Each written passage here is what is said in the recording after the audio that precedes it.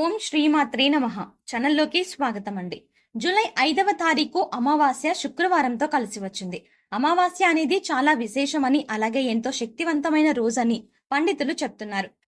ఇంతటి విశేషమైన రోజున మిథున రాశి వారు ఏ పనులు చేయడం వల్ల మీలో ఉన్న నెగిటివ్ ఎనర్జీ తొలగిపోయి విశేషమైన ధనలాభం కలిగి మీకున్న ఆర్థిక నష్టాలు అలాగే ఆర్థిక కష్టాలు తొలగిపోతాయి అనే అంశాలతో పాటుగా స్నానం చేసే నీటిలో ఏం కలుపుకోవాలి, ఆ పదార్థాలు ఎందుకు కలుపుకోవాలి అనే అంశాలను ఈ వీడియోలో మనం వివరంగా తెలుసుకుందాం. కానీ అంతకంటే ముందుగా మీరు గమనించాలి, ఇప్పటి వరకు సబ్స్క్రైబ్ చేసుకోకపోతే వెంటనే మన ఛానల్ ని సబ్స్క్రైబ్ చేసుకుని పక్కనే వచ్చిన బెల్ ఐకాన్ నొక్కి ఆల్ సెలెక్ట్ చేసుకుంటే ఇలాంటి వీడియోస్ అప్లోడ్ చేయగానే ముందుగా మీకు నోటిఫికేషన్ వస్తుంది.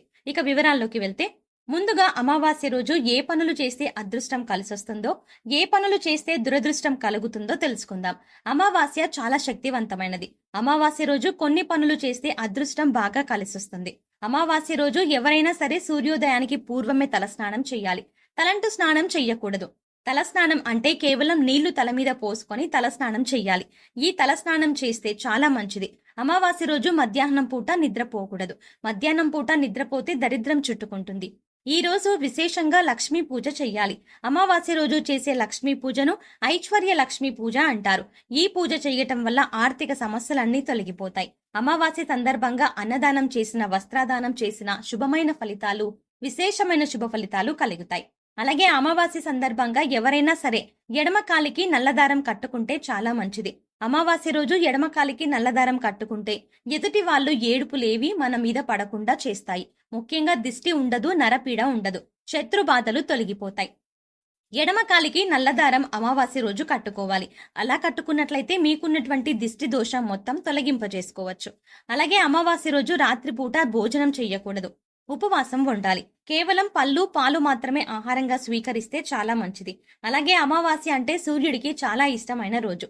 అందుకే ఎవరైనా సరే అమావాస్య సందర్భంగా సూర్యుడికి ఆర్ఘ్యం ఇస్తే, అంటే సూర్యుడికి నీటిని సమర్పిస్తే జాతక దోషాలు తొలగిపోతాయి. అంటే రాగి చెంబులో నీళ్లు తీసుకొని ఆ నీళ్లను ఎర్ర పుష్పము, చిటికెడు కుంకుమ పువ్వు, కొద్దిగా గంధం కలిపి తూర్పు వైపు తిరిగి ఓం సవిత్రే నమః అని 12 సార్లు జపించి సూర్య భగవానుడికి ఆర్ఘ్యం ఇచ్చినట్లయితే విశేషమైన ఫలితాలు కలుగుతాయి. అమావాస్య సూర్యనారాయణ మూర్తి పుట్టినరోజు కాబట్టి సూర్యుడు అనుగ్రహం వల్ల సకల శుభాలు కలుగుతాయి. అలాగే పితృదోషాలు, పితృశాపాలు తొలగిపోవటానికి అమావాస్య రోజు ఒక ప్రత్యేకమైన విధి విధానం పాటించాలి. మీకు దగ్గరలో రావి చెట్టు ఉన్నట్లయితే రావి చెట్టు దగ్గరికి వెళ్లి రావి చెట్టు మొదట్లో ఆవాల నూనె అంటే మస్టర్డ్ ఆయిల్ ప్రమిదల్లో పోసి 8 ఒత్తులు విడిగా వేసి దీపాన్ని వెలిగించాలి. అమావాస్య రోజు ఎవరైతే రావి చెట్టు దగ్గర ఆవాల నూనె దీపం పెడతారో వాళ్లకున్నటువంటి పితృదోషాలు, పితృశాపాలు అన్నీ తొలగిపోతాయి. అలాగే అమావాస్య సందర్భంగా నవధాన్యాలకు సంబంధించిన ఒక ప్రత్యేకమైన పరిహారం పాటిస్తే లక్ష్మీ కటాక్షం చాలా సులభంగా కలుగుతుంది. నవధాన్యాలు అమావాస్య రోజు నానబెట్టి వాటిని లక్ష్మీదేవికి నైవేద్యంగా సమర్పించి ఆ తర్వాత ఆ నవధాన్యాలు ఎక్కడైనా పరిశుభ్రమైన ప్రదేశంలో చల్లాలి. కొన్ని రోజుల తర్వాత ఆ నవధాన్యాలకు మొలకలు వచ్చాక ఆ మొలకలు వచ్చిన నవధాన్యాలు గోవుకు ఆహారంగా తినిపించాలి. అమావాస్య రోజు నవధాన్యాల పరిహారం పాటించడం ద్వారా ఆర్థిక ఇబ్బందుల నుంచి సులభంగా బయటపడవచ్చు. అమావాస్య సందర్భంగా ఈ ప్రత్యేకమైన విధి విధానాలు పాటించండి. అమావాస్య రోజున కామ్యకర్మలేవీ చెయ్యకూడదు. అంటే కోరిక కోరుకొని చేసేటువంటి కార్యక్రమాలు ఏవీ కూడా చెయ్యకూడదు. ప్రధానంగా దానాలు చేయటం, నువ్వుల నీళ్లలో వేసి దక్షిణ దిక్కుకు తిరిగి పితృదేవతలకు తర్పణాలు ఇవ్వడం, ఇలాంటివి చేస్తే పితృదోషాలు తొలగిపోతాయి. అమావాస్య రోజు అద్భుతమైన శుభ ఫలితాలు సిద్ధింపజేసుకోవచ్చు. అలాగే అమావాస్య రోజున ఒక బకెట్ నీళ్లలో ఇది వేసుకుని స్నానం చేయడం వల్ల మీలో ఉన్న నెగిటివ్ ఎనర్జీ తొలగిపోతుంది. అలాగే ఈ పదార్థాలలో బకెట్ నీళ్లలో ఎందుకు కలుపుకోవాలి అనే అంశాలను ఇప్పుడు తెలుసుకుందాం. ప్రతి ఒక్కరు కూడా ఆ భగవంతుడి ఆశీస్సులు మాపై ఉండాలని, జీవితంలో గొప్పగా ఎదగాలని కోరుకుంటారు. మరి ఆ దిశగా అడుగులు వేసేందుకు తమ వంతుగా ప్రతిరోజు పూజ చేస్తూ ఉంటారు. పూజ చేసినప్పుడు ఫలితాలు వస్తాయా అంటే మనశ్శాంతి మాత్రం ఖచ్చితంగా వస్తుంది. ఫలితం వస్తుందా అంటే మాత్రం అది వారి పూర్వజన్మ కర్మ ఫలితం మీద కూడా ఆధారపడి ఉంటుంది. మరి అలాంటి కర్మ ఫలితాన్ని తగ్గించుకోవాలి అంటే ఏం చెయ్యాలి అనే సందేహం మీకు రావచ్చు. మనం ఏదైనా పని చేస్తున్నాము అంటే అది ఎందుకు చేస్తున్నాము అని తెలుసుకొని చేస్తే మాత్రం దానికి ఖచ్చితమైన ఫలితాలు దొరుకుతాయి. ఈ మాట సాక్షాత్తు వేద పండితులు చెప్తున్నారు. ఇంతటి విశేషమైన రోజున ఈ చిన్న పరిహారం చేసుకున్నట్లయితే కనుక లక్ష్మీ కటాక్షం కారణంగా దారిద్ర్య బాధలు తొలగిపోయి సిరి సంపదలు చేకూరుతాయి. చూడ్డానికి ఈ పరిహారాలు తేలిగ్గా అనిపించవట్టు, కానీ వీటి ఫలితాలు మాత్రం చాలా గొప్పగా ఉంటాయి. ఇందుకోసం మీకు ముఖ్యంగా కావాల్సింది నమ్మకం. అలాగే ఈ పరిహారం మనకి పని చేస్తుంది, కష్టాల నుంచి బయట పడేస్తుంది అనే విశ్వాసం. పరిహారంలో భాగంగా ముందు స్నానం చేసే నీటిలో ఏమేమి కలుపుకుంటే మీకు లక్ష్మీదేవి అనుగ్రహంతో సిరి సంపదలు పొందుతారో చూద్దాం. అంతేకాదు, వాటిని ఎందుకు కలుపుకోవాలి అనే విషయాన్ని కూడా తెలుసుకుందాం. ఈ సృష్టిలో ప్రతి ఒక్క పదార్థానికి కూడా ఒక ప్రత్యేకత ఉంటుంది. అంతేకాదు, మనం కనుక మనసులో బలంగా సంకల్పించుకుంటే ఆ పదార్థంలో ఉన్న గుణం ప్రత్యేకమైన పదార్థాలతో చేరి ఉపయోగించడం వల్ల మన సంకల్పాన్ని భగవంతునికి చేరవేస్తుంది. కానీ ఈ పరిహారాలు తేలిగ్గా ఉన్నాయి కదా చేసేద్దాం అని చేసేయడం కాదు, మనస్ఫూర్తిగా నమ్మి చెయ్యాలి. అప్పుడే మీకు సత్ఫలితాలు వస్తాయి.